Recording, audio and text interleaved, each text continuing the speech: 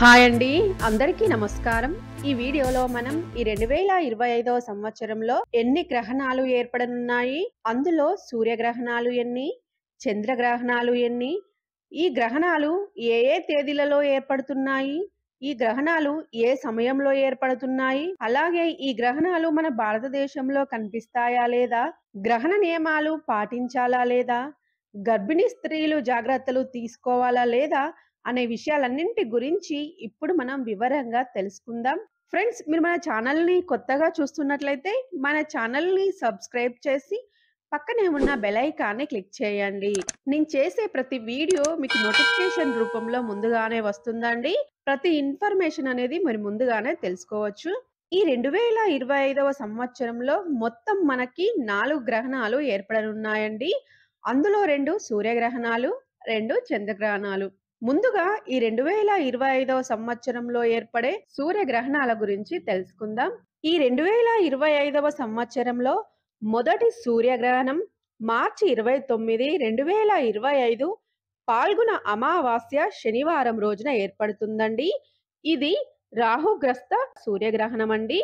ఈ గ్రహణం Bermuda, Portugal, Canada, USA, Morocco, Greenland, Ireland, France, England, Ireland, Belgium, Netherland, Germany, Denmark, Australia, Japan, దక్షిణ Korea దేశాల యందు కనిపిస్తుందండి. ఈ దేశాలలోని ప్రజలు మాత్రమే గ్రహణ నియమాలు పాటించాలండి. ఈ గ్రహణం మన భారతదేశంలో కనిపించదు. భారతదేశంలోని ప్రజలు గ్రహణ నియమాలు పాటించాల్సిన అవసరం లేదండి. గర్భిణీ స్త్రీలు కూడా గ్రహణ నియమాలు పాటించాల్సిన అవసరం లేదు. అలాగే ఈ 2025వ సంవత్సరంలో రెండవ సూర్యగ్రహణం సెప్టెంబర్ 21, 2025 ఆదివారం రోజున ఏర్పడుతుందండి. ఇది పాక్షిక సూర్యగ్రహణం అండి.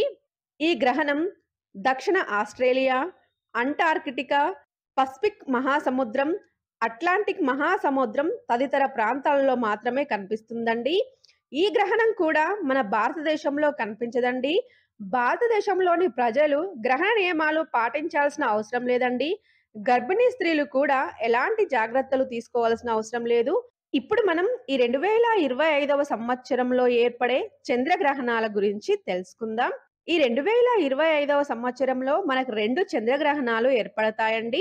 5వ సంవత్సరంలో మొదటి చంద్రగ్రహణం మార్చి 14 శుక్రవారము పౌర్ణమి రోజున ఏర్పడుతుందండి. ఈ గ్రహణం కేతుగ్రస్త సంపూర్ణ చంద్రగ్రహణం. ఈ గ్రహణం యొక్క పట్టు విడుపు సమయాలు భారత కాలమానం ప్రకారం మార్చి 14, 2025 శుక్రవారం ఉదయం 10 గంటల 40 నిమిషాల నుండి మధ్యాహ్నం 2 గంటల 18 నిమిషాల వరకు ఉంటుందండి. మొత్తం గ్రహణ కాలం 3 గంటల 38 నిమిషాలు.